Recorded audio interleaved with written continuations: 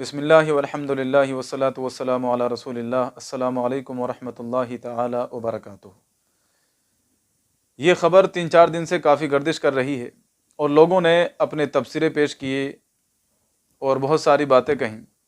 लड़के वालों को तरह तरह की बातें कही गई, कमेंट्स की गई। किसी ने कहा गंजा कर देना चाहिए था, तो किसी ने कहा और उनको सज़ा देनी चाहिए थी।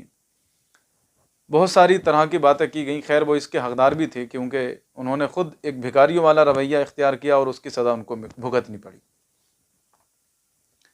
ख़बर में इख्तिसार से एक बार फिर आपको बताता हूँ।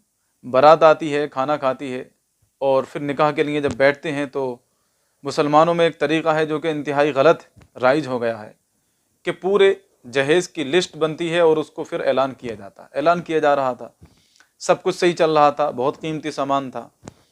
जब बात आई कि शिफ्ट कार भी है जहेज़ में, तो ये सुनते ही लड़का दूल्हा भड़क गया कि हमसे तो किरेटे की बात हुई थी, अब ये निकाह नहीं होगा, हमारे साथ धोखा किया गया है।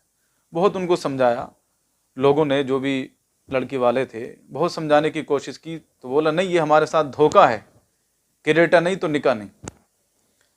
जब ये उनका इसरार देखा और उनकी ज़्यादती देखी तो लड़की वालों को अब जाकर समझ में आया कि हाँ, ये भिखारी है, ये मानेगा नहीं। तो कहा ठीक है, निकाह नहीं होगा। अब हम भी निकाह के लिए राज़ी नहीं हैं। बोले ठीक है, फिर हम जाते हैं। तो वो बोले जाओगे नहीं, पहले जो यहाँ पर खर्च हुआ हमारा वो हिसाब किताब देना पड़ेगा, उसके बाद जा सकते हो। बहरहाल वो पूरी तफसील है।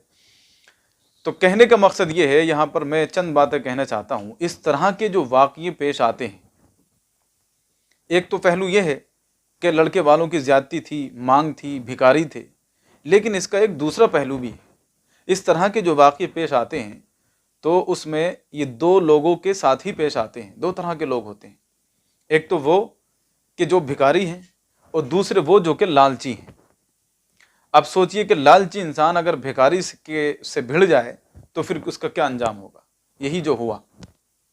तो गलती इसमें सिर्फ लड़के वालों की नहीं होती है, बल्कि लड़की वाले भी इसके जिम्मेदार होते हैं। ये बात कोई ऐसी नहीं है कि वहां पर मालूम पड़ी, ये बात पहले ही तय हो चुकी थी कि किरेटर कार मांग रहे हैं। अगर उसी वक्त उसने ये कह दिया होता कि ये तो भिखारी है, मांग रहा है, इसको हम अपनी लड़की देंगे, तो यहाँ तक नौबत नहीं आती, ये इस तरह की बेइज्जती का सामना नहीं करना पड़ता।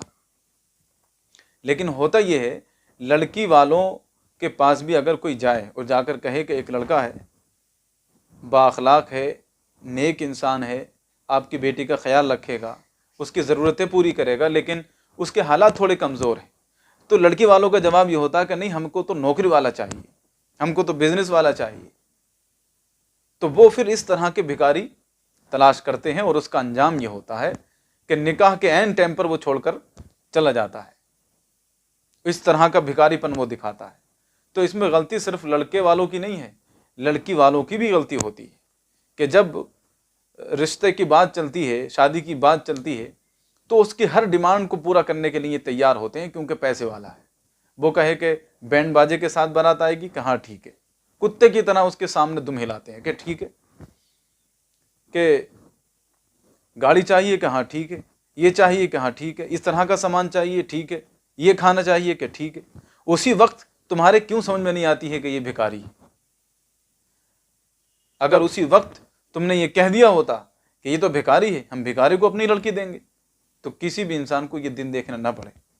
लेकिन होता यह है कि उधर एक भिखारी है और इधर एक लालची है। जब ये दोनों आपस में मिलते हैं तो उसका नतीजा फिर इस तरह ही निकाह के टाइम सामने आता है। अल्लाह तबारक व तआला इस तरह के खुराफात से हम सबको महफूज रखे।